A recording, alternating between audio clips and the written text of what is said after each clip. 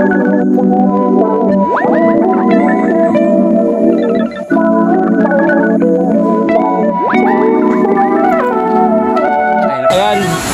destination 2, ang Sprite Falls. Ay, sa mga kalakbay, thank you sa tiwala. Family tour in Taytay Falls. Hey. Ito sa mga kalakbay, magandang umaga. For this video, samahan ninyo ako mag-tour dito sa may Lucban, Quezon. After namin magsimba ng almost 1 hour, ayun, saka binuksan yung gate dito. Almost ang open ng Kamay ni Jesus, mga kalakbay. Tip ay 9 to 10 AM ang misa. After ng misa, pwede na kayong lumakbay dito o mag-trekking pataas, mga kalakbay. Almost 20 minutes pataas o 10 minutes, depende na sa inyong paglalakad. Din ito, mga kalakbay, thank you sa Camco, guys. Dahil sa Camco, nagkaroon tayo ng tour guide dito sa may Kamay ni Jesus, kasama ang family tour in Lucban, Quezon.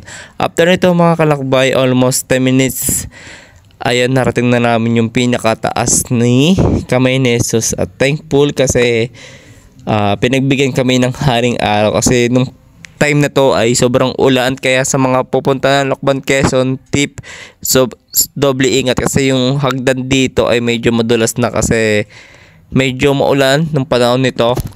Kaya sa mga pupunta dito or nagbabalak, ingat sa inyong paglalakbay. Kaya ayun, sa mga gusto maglakbay kagaya nito, i-PM lang ninyo ako, ipapakita sa inyo yung view dito sa may Kamay ni Jesus at super mag-enjoy kayo. Then ito, pumunta na tayo sa taas. Kunting relax lang din. After nun, baba na rin tayo kasi marami pa tayong oras na pagdadaanan o pupuntahan.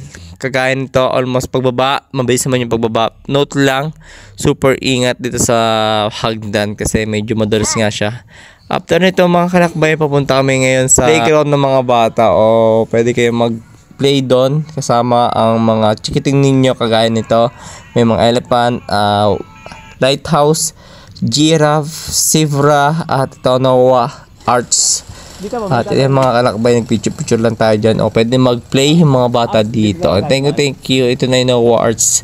Pwede din kayo mag-book din dito. Ay mamimili tayo ng mga pasalubong package like Kamay ni Jesus, Rosario, or mga kagaya ng ito, pinagong, tinapay, pansit hab-hab. Ayan, sa mga gusto magpasalubong na pansit hab-hab, meron din tayo mga chocolate, mga mani, ube, tikoy. Isa mga kalakbay, tapos na tayo mag-tour dito sa may Kamay ni Jesus at God bless. God bless kasi natapos na. Thank you sa inyong paglalakbay at tiwala. After namin nag-Kamay ni Jesus, pinatikin ko sa nila yung pinagmamalaki ng Lucban, Quezon na pansit habab sa lagang 20 pesos. Dati kasi 10 pesos lang yan, pero solid naman. After nito, may binili lang sila sa bayan, like 7-Eleven, grocery para sa mga kailangan nila. And then ito, after nito, papunta tayo ng second destination, ang Sprite Falls, mga Lagoon. Akita silang live hito na nagbebenta dito sa may barangay Rizal, kaya yun, bumili din kami. Then at after nun, maglalakad lang tayo ng almost 3 minutes to 5 minutes para marating yung Sprite Falls. Ayan, makikita naman sa ating daan kung gaano kaganda na ang improvement patungong Sprite Falls.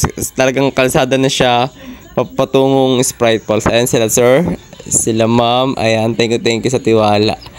Smooth naman yung way dito. Kung kayo mapapadaan dito, may add lang na 20 pesos para sa private road. Ito yung second option na dadaanan niyo, pero quality naman yung daan dito. Kaysa dun sa isa ay medyo matrek, kaya mas recommend ko to sa inyong daanan. May add lang ng 20 pesos. Ang entrance fee pala sa Sprite Falls ay 75 pesos adult. Then ito, mga kalakbay, Pwede ka mag-swimming. Ano pala yan? For ducks. For ducks lang yan. Kunti na lang po. Ayan, destination 2, ang Sprite Falls.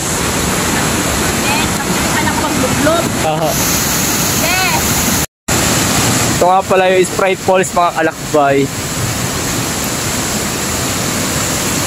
Hello, what's up mga kalakbay? Ayan, welcome to Sprite Falls, May Laguna, kung saan successful yung ating tour. Ito nga pala yung second destination natin sa Laguna Tour.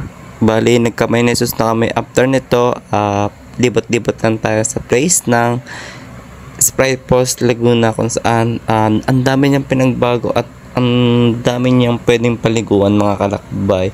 After nito mga kalakbay ay patungo naman tayo sa Taytay Falls, kung saan ito na yung ating last destination tour in Laguna Tour. Wow, super ganda ng tubig dito at malakas lang yung pressure ng tubig kasi nung time na to ay medyo maulan, pero yung tubig sobrang linaw pa rin at super lamig. Thankful kasi naging successful yung ating tour dito sa Laguna Tour. Sa mga gusto mag-inquire about tour, PM lang ninyo ako at mag-comment lang kayo kung paano natin gawin ang schedule. Thank you sa mga nagtiwala at thank you din sa Sakamco place kung saan dahil sa Sakamco ay nagkaroon tayo ng gantong tour. Thank you sa mga gusto mag-tour. Please comment and share. Thank you. God bless to all. Taytay Falls.